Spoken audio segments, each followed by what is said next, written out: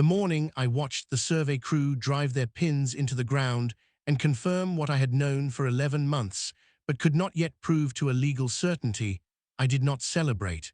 I did not call anyone.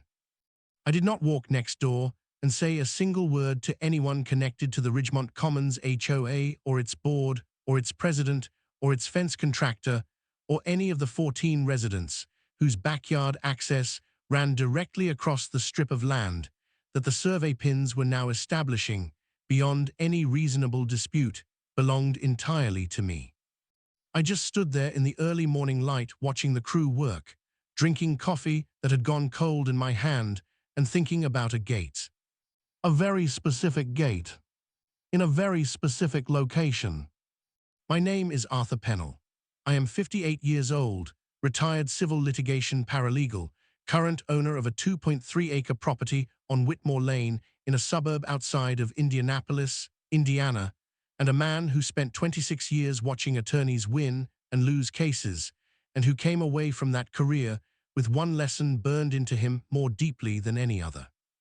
The person who controls the document controls the outcome. I had the documents. What I did not have, until the survey crew finished their work on that October morning, was the physical confirmation that made the documents actionable in the way I needed them to be. Let me back you up 18 months, because the fence did not appear overnight, even though that is almost what it felt like. My 2.3 acres sit at the end of Whitmore Lane, where the residential street terminates and the older, larger properties begin. My land is roughly rectangular, running about 400 feet deep from the street and about 250 feet wide. The western boundary of my property runs alongside the eastern boundary of Ridgemont Commons, which is a 70-home subdivision that was developed 8 years ago on what had previously been a large farm property. When the developer laid out Ridgemont Commons, the eastern edge of the subdivision was designed with the rear lots of the easternmost homes backing up against a green space buffer, which was then supposed to run along the full length of the subdivision's eastern boundary.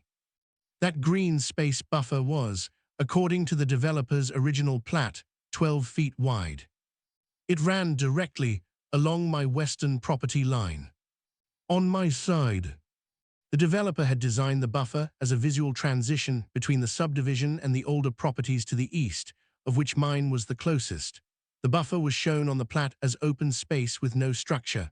It was not a dedicated easement. It was not a public right-of-way. It was just a strip of land 12 feet wide that sat on my property and that the developer had designated as buffer on the plat drawing. The designation on the plat had no legal effect on my ownership. It was my land.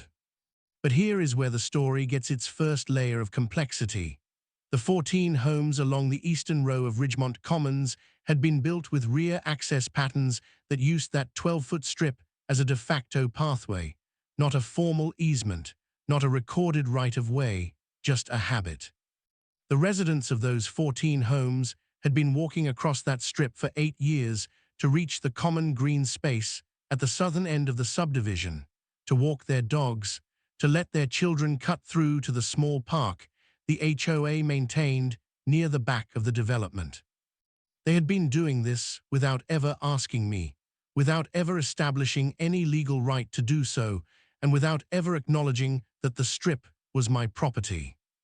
For the first 5 years I owned the property, I had not said anything about it because the foot traffic was minimal, caused no damage, and the previous owner had apparently regarded it as an informal, neighborly accommodation. I had continued that accommodation because I am not by nature a confrontational person and because I had other things to think about. Then the HOA built the fence. I want to describe the fence construction because the sequence matters to understanding what happened legally. In the spring 2 years ago, the Ridgemont Commons HOA undertook a perimeter fencing project. They contracted a fencing company to install a 6-foot wood privacy fence along the full eastern boundary of the subdivision, which they described in their resident newsletter as a security and aesthetic improvement. I received no notice of the project, no letter, no knock on my door, no certified mail, no courtesy call.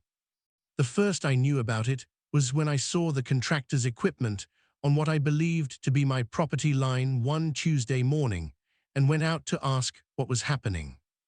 The crew foreman showed me the project diagram. I looked at where the fence line was drawn. It was not on the subdivision's eastern boundary.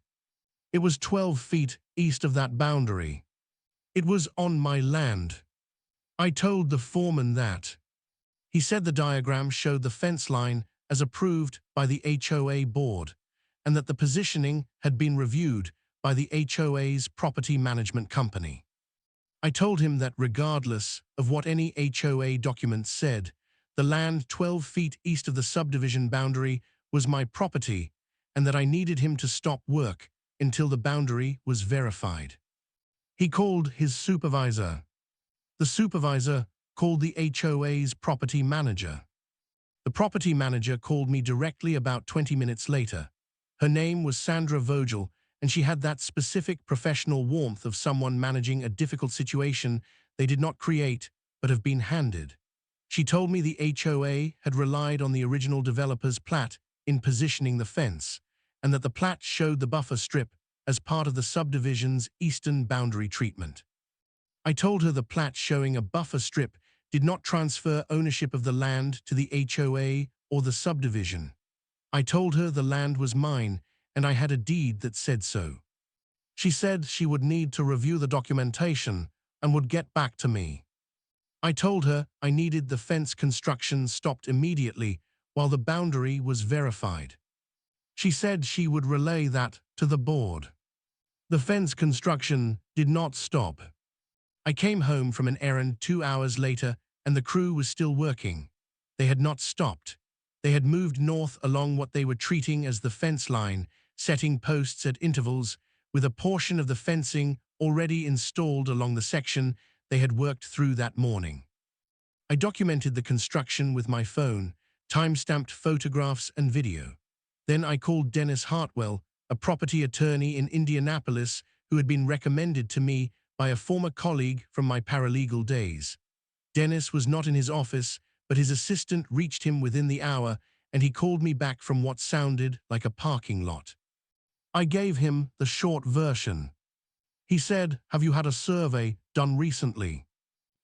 I told him the last survey was from when I purchased the property 12 years ago.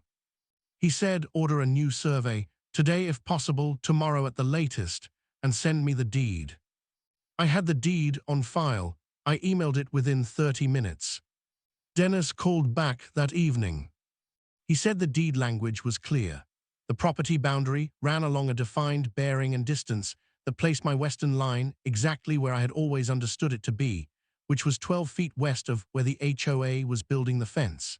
He said we needed the survey to establish that on the ground with pins that could be referenced in any legal proceeding, but that based on the deed description, his preliminary assessment was that the fence was being built on my land.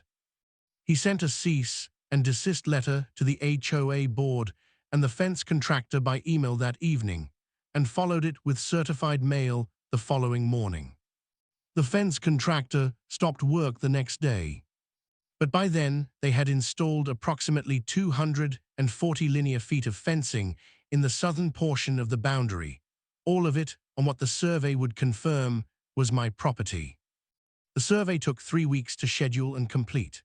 3 weeks during which the HOA's attorney, a man named Brian Falk, who Dennis described as aggressive in the way that attorneys are aggressive when they know their client is in the wrong, but have been retained to delay that reckoning as long as possible, sent a series of letters arguing that the developer's original plat established an implied boundary treatment that superseded my deed description. Dennis addressed each letter with what I can only describe as surgical precision, citing the deed priority doctrine, the absence of any recorded easement or boundary agreement, and the fundamental principle that a developer's plat designation of a buffer strip did not constitute a transfer of ownership. Brian Falk's letters became shorter as the survey date approached. The survey crew was on my property at 7 in the morning on the scheduled date. I was out there with coffee at 7:15, not hovering, just present. They worked methodically, referencing the recorded deed bearings and distances, placing pins at the corners and along the line. By 10:30, they had the western boundary fully established. The pins were planted exactly where my deed said they should be, 12 feet west of where the HOA had built its fence. 240 linear feet of 6-foot wood privacy fence, fully installed, was sitting entirely on my property. I looked at those pins for a long time. Then I thought about the gate. Dennis filed the formal trespass and encroachment complaint that afternoon. It named the Ridgemont Commons HOA, the HOA's property management company, and the fence contractor. It sought removal of the encroaching structure, damages for the trespass, and legal costs. Brian Falk filed a response asserting the developer's plat argument again, plus a new argument that 8 years of resident use of the buffer strip had established a prescriptive easement that the HOA had a right to protect with the fence. Dennis said the prescriptive easement argument was more serious than the plat argument and that we needed to address it carefully. A prescriptive easement in Indiana requires open, continuous, hostile, and exclusive use of another's land for 20 years. The residents had been using the strip for 8 years. Dennis said the 20-year threshold was clear and the prescriptive easement argument had no merit under Indiana law, but that it was the kind of argument that could slow a case down if Brian Falk pushed it aggressively enough. I asked Dennis how we addressed it. He said by eliminating the use. I asked what that meant. He said if there is no ongoing use of your property, there is no prescriptive easement developing. The clock stops. And if we post the property properly and restrict access, any future use argument becomes trespass rather than establishment of a right. I said I understood. Then I told Dennis about the gate. He listened to the full plan. When I finished, he said, "That is both legally sound and remarkably well thought out." I told him I had spent 26 years watching attorneys work. He said it showed. The survey had given me the pins. The pins gave me the confirmed boundary. The confirmed boundary gave me the legal basis to post my property under Indiana trespass law, which I did within a week. Proper signage, properly positioned, documented with photographs and GPS coordinates. Then I ordered the gate. Not a hostile gate, not a punitive gate. A gate that was consistent with the agricultural character of my property, properly permitted, properly installed, in exactly the right location to accomplish what I had in mind. The location was the southern end of my western boundary, at the point where the 12-foot strip connected to the HOA's common green space. That connection point was the only way the 14 Eastern Row homes accessed the Southern Park area through the buffer strip. My gate installed on my property, with my lock at that connection point, controlled that access completely. I had the gate installed on a Friday. I did not tell anyone it was coming.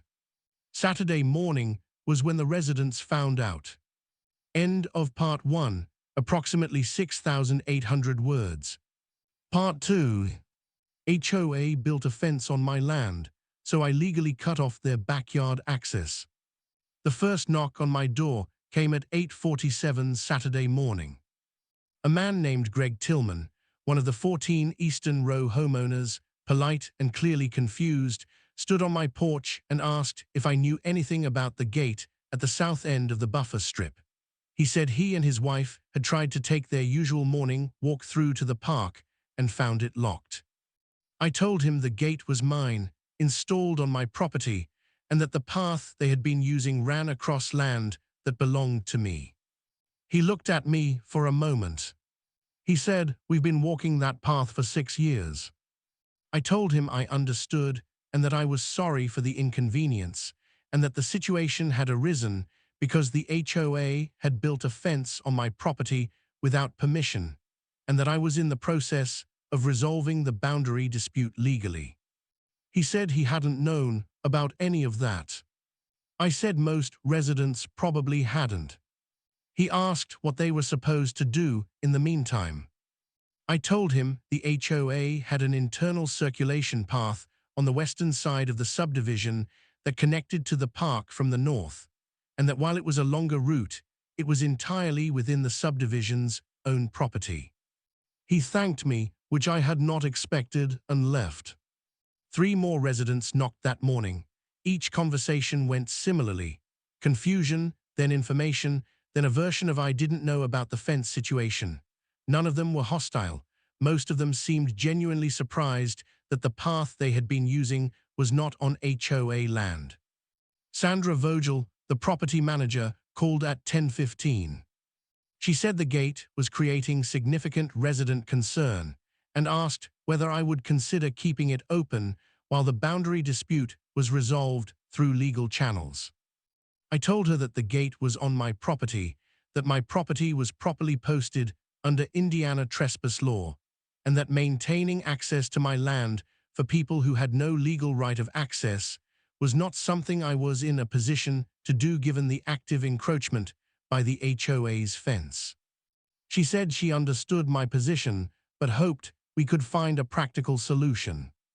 I told her the practical solution was the removal of the encroaching fence, at which point I would be open to discussing any future access arrangement that was properly documented and legally structured.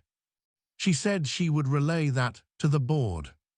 Brian Falk called Dennis on Monday. Dennis told me the call had a different quality than their prior conversations. Brian said his client was experiencing significant resident pressure regarding the access disruption and was prepared to discuss an accelerated resolution. Dennis said he had told Brian that his client's fence was still on my property and that acceleration was the right approach.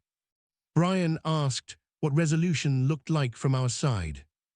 Dennis said full removal of the encroaching fence at the HOA's expense, damages for the trespass period, full legal cost reimbursement, and a formal recorded boundary agreement confirming the survey line as the legal boundary between the properties. Brian said the HOA would need to discuss internally. He called back in 3 days. The internal discussion had apparently been vigorous. Sandra Vogel told me later, after the case resolved and she and I had developed a more functional working relationship, that the board meeting where the access situation had been presented to the full resident community had been the most attended meeting in the subdivision's history. 61 homeowners had shown up. The 14 Eastern Row residents had organized themselves informally and presented the board with a written demand that the fence situation be resolved immediately. Several of them had done their own research and arrived at the meeting already aware that the buffer strip was my property and that the fence had been built without my permission. One resident, a retired attorney named Frank Ocaffer who lived in the Eastern Row, had prepared a 2-page summary of the HOA's legal exposure that he distributed at the meeting. Sandra said Frank's summary was more accurate and more alarming than anything Brian Falk had told the board. The board president was a man named Lawrence Hess, who had been in the position for 2 years and who Sandra described as decent but conflict-averse in the way that people are conflict-averse when they have been managing a situation they did not create and would have handled differently from the start. Lawrence called me directly the evening after the meeting. He said, "Mr. Pennell, I want to be honest with you. The fence project was approved by the previous board president based on the property manager's assessment of the plat. I reviewed that approval process after the survey results came in, and I am not satisfied with how it was handled. I think you have been treated unfairly, and I want to find a resolution."